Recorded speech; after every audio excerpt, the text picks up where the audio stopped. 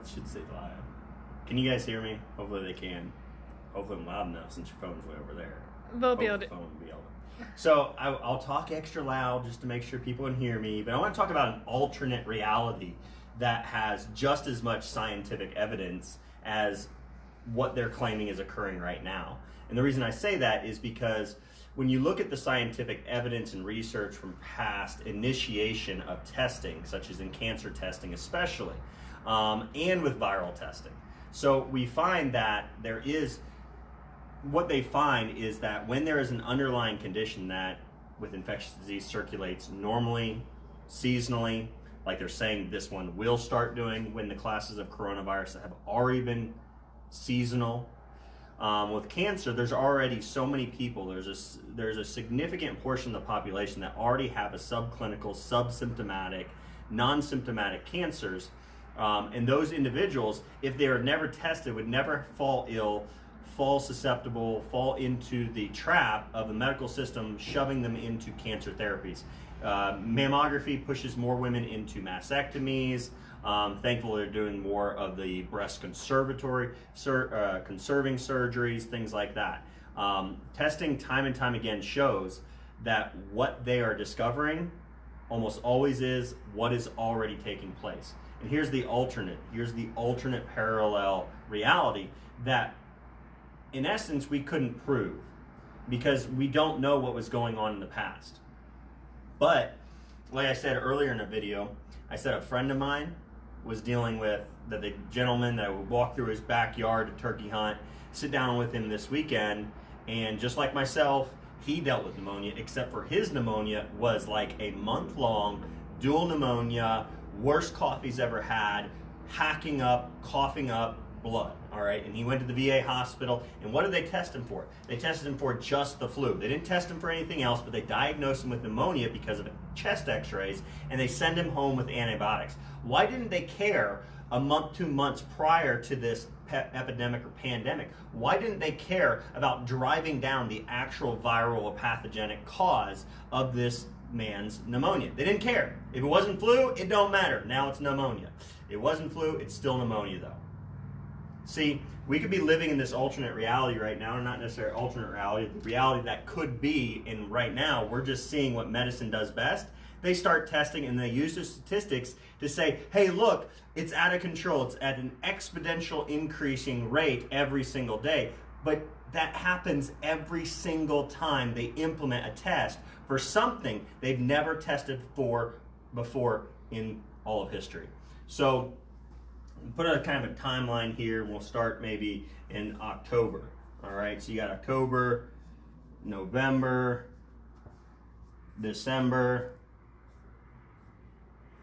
January, and from what I understand, it was mid-February kind of thing. Japan, China, like a couple cases were tested for. The first time was basically in December. They had never tested for COVID before anywhere in the world except for in small, isolated, peer-reviewed research studies, such as those on flu vaccines and the increased risk of other viral pathogen illness.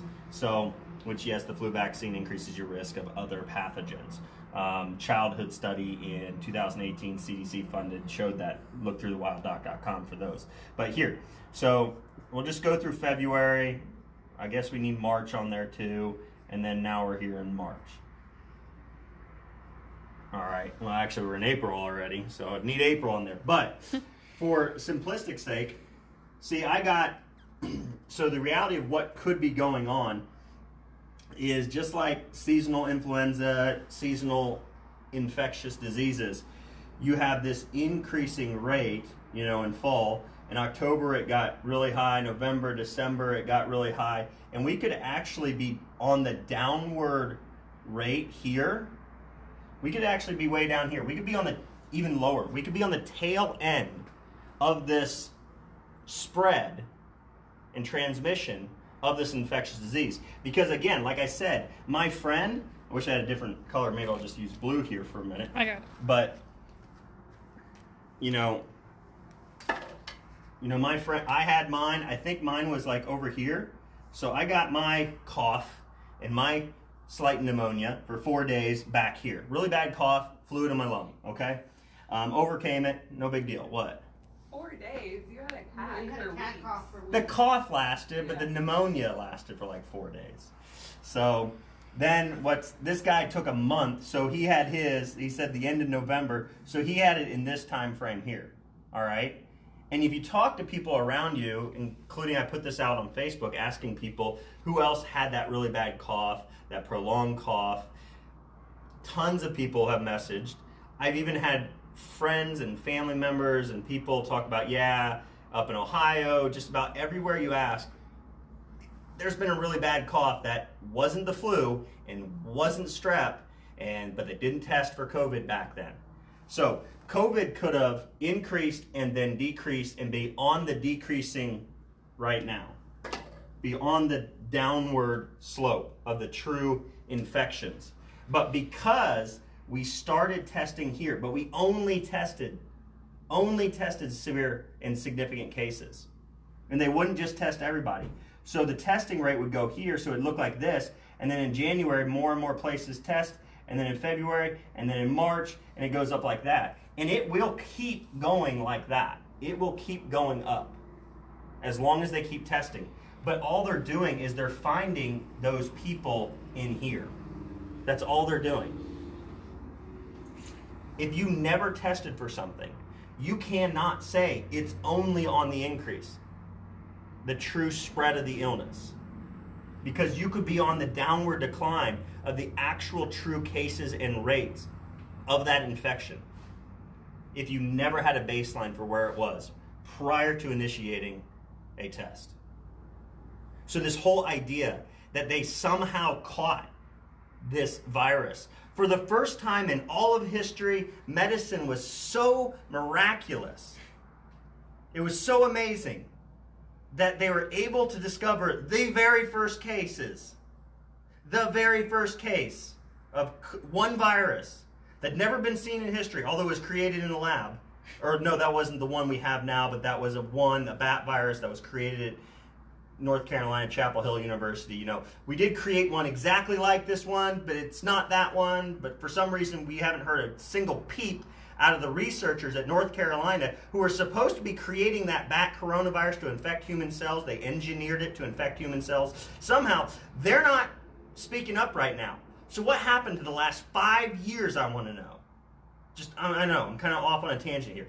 5 years, they were supposed to have created that virus to engineer it to infect human tissue, to supposedly test vaccines and drugs to figure out that just in case in the future we'd be in the situation supposedly we are right now, they would have a cure, they would have a drug, they would have a vaccine. That's why they created the virus back then.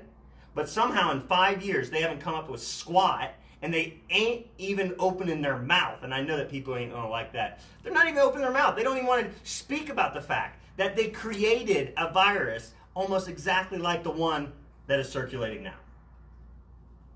But again, back to my major point. What did everybody have October, November, December? That everybody was talking about being the worst case of lung congestion and cough. And many people being diagnosed with pneumonia, but it wasn't flu. They didn't care to drive down the underlying pathogen that those people were infected with at that time.